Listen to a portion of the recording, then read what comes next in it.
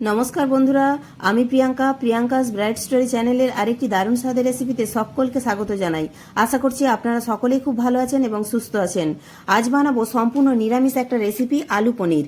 এই রেসিপিটা আপনারা ভাত, রুটি, পরোটা, লুচি সবের সঙ্গে খেতে পারেন। দারুণ টেস্টি হয় খেতে।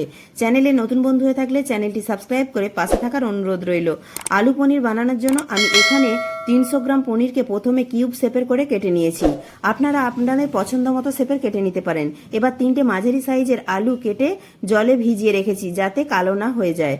এবার পনিরটাতে প্রথমে অল্প একটু লবণ ও হলুদ মাখিয়ে নেব। হাত দিয়ে মাখিয়ে নেব। যেহেতু পনির খুব নরম হয় তাই হালকা হাতে মাখাতে হবে, তা না হলে পনির ভেঙে যাওয়ার ভয় থাকে। এবার কড়ায় গরম করে তাতে 2 টিস্পুন সাদা তেল প্রথমে গরম করে নেব। তেল ভালো করে গরম হয়ে গেলে ওতে দিয়ে দেব আলুর টুকরোগুলো। আলুর টুকরোগুলো তেলের সঙ্গে একটু নাড়াচাড়া করে ওতে দিয়ে দেব স্বাদ অনুযায়ী লবণ।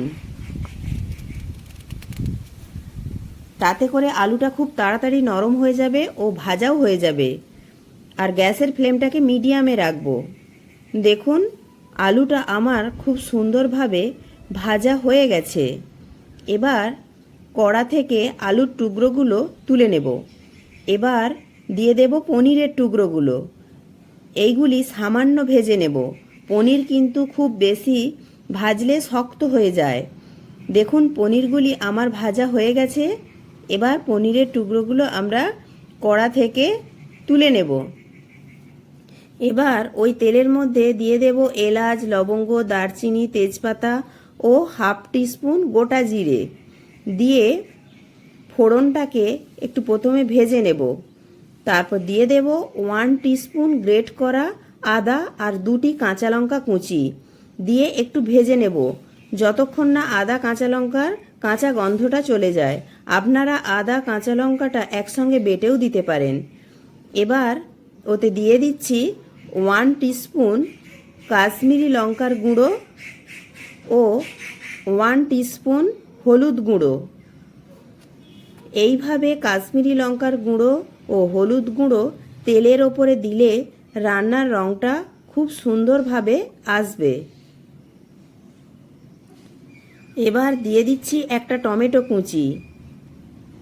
এবার টমেটোটাকে একটু নাড়াচাড়া করে ওতে দিয়ে দিচ্ছি অল্প একটু লবণ। তাতে করে টমেটোটা তাড়াতাড়ি নরম হয়ে মশলার সঙ্গে মিশে যাবে। দেখুন বন্ধুরা, টমেটোটা খুব সুন্দরভাবে নরম হয়ে মশলার সঙ্গে মিশে গেছে। এবার ওতে দিয়ে দিচ্ছি কিছু গুঁড়ো মশলা, যেমন হাফ টিস্পুন জিরে গুঁড়ো, হাফ টিস্পুন ধনে গুঁড়ো, হাফ টিস্পুন ঝাল লঙ্কার গুঁড়ো। ঝালটা আপনারা আপনাদের পরিমাণ বুঝে দেবেন। এবার সমস্ত মশলা একসঙ্গে ভালো করে মিশিয়ে নিচ্ছি। এবার একটু জল দিয়ে মশলাটাকে কষিয়ে নেব।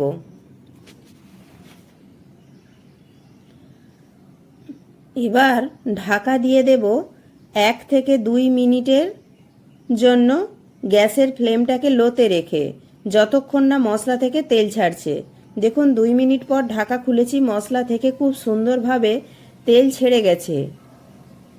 এবার ওতে দিয়ে দিচ্ছি ভেজে রাখা আলুগুলি।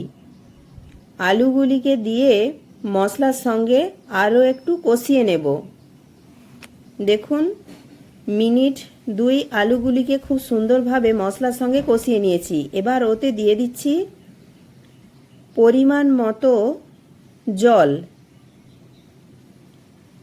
জল খুব বেশি দিলাম না, কারণ এই রেসিপিটা খুব বেশি ঝোল হবে না, একটু মাখো মাখোই হবে।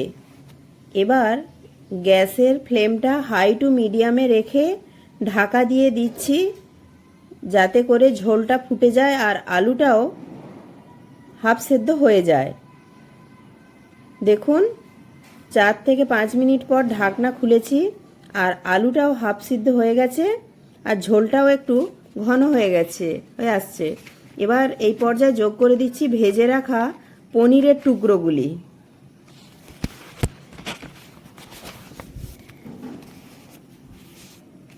পনিরের টুকরোগুলি দিয়ে আলু ঝোলের সঙ্গে মিশিয়ে নিয়ে আবারও ঢাকা দিয়ে দিচ্ছি 2 থেকে 3 মিনিটের জন্য, গ্যাসের ফ্লেমটাকে মিডিয়ামে রেখে।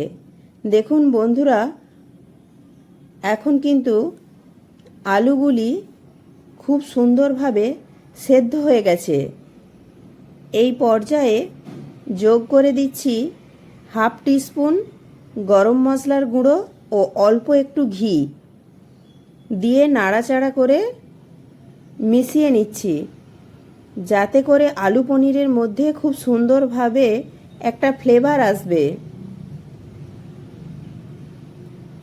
এবার গ্যাসটা অফ করে ঢাকা দিয়ে রাখছি 2 মিনিটের জন্য স্ট্যান্ডিং টাইমে।